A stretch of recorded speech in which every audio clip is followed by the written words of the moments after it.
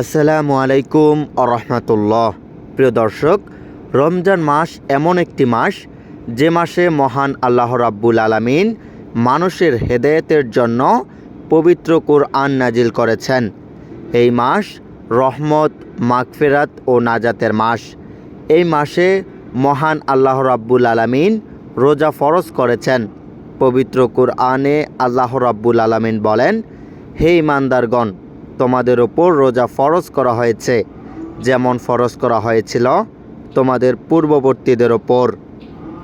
রোজা শুধু না খেয়ে থাকার নাম নয়, বরং এটি তাকওয়া অর্জনের মাধ্যম। কিন্তু কেউ যদি ইচ্ছাকৃতভাবে রোজা না রাখে, তার শাস্তি কী?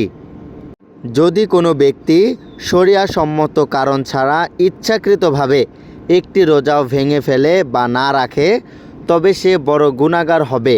হাদিসে এসেছে, মহানবী হযরত মুহাম্মদ সাল্লাল্লাহু আলাইহি ওয়াসাল্লাম বলেছেন, যে ব্যক্তি রমজানের একটি রোজা বিনা কারণে ভেঙে ফেলবে, সে যদি সারা জীবন রোজা রাখে, তবু সেই একটি রোজার ক্ষতিপূরণ হবে না। এই একটি হাদিস আমাদেরকে বোঝায় রোজা কত বড় গুরুত্বপূর্ণ ইবাদত। রোজা না রাখলে মহান আল্লাহ রাব্বুল আলামিন মানুষকে দুনিয়াতে যে শাস্তি দিয়ে থাকেন, দুনিয়ার শাস্তি হলো রোজা না রাখলে মানুষের ঈমান দুর্বল হয়ে যায়, হৃদয় কঠিন হয়ে যায় এবং আল্লাহর রহমত থেকে দূরে সরে যায়।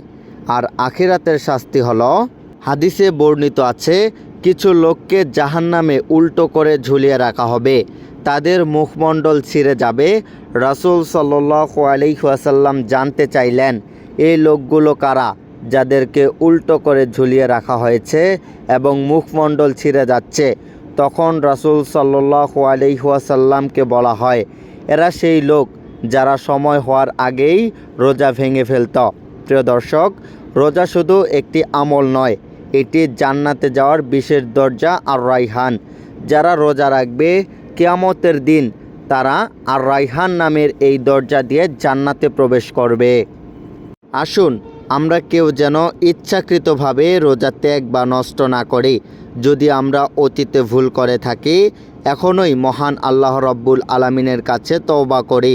আল্লাহ রাব্বুল আলামিন পরম ক্ষমাশীল, আমাদেরকে ক্ষমা করে দেবেন।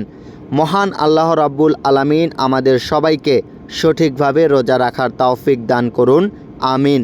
ভিডিওটি ভালো লাগলে লাইক, কমেন্ট ও শেয়ার করুন। ইসলাম প্রচারে আমাদের সাথেই থাকুন। আসসালামু আলাইকুম আ রহমতুল্লাহ।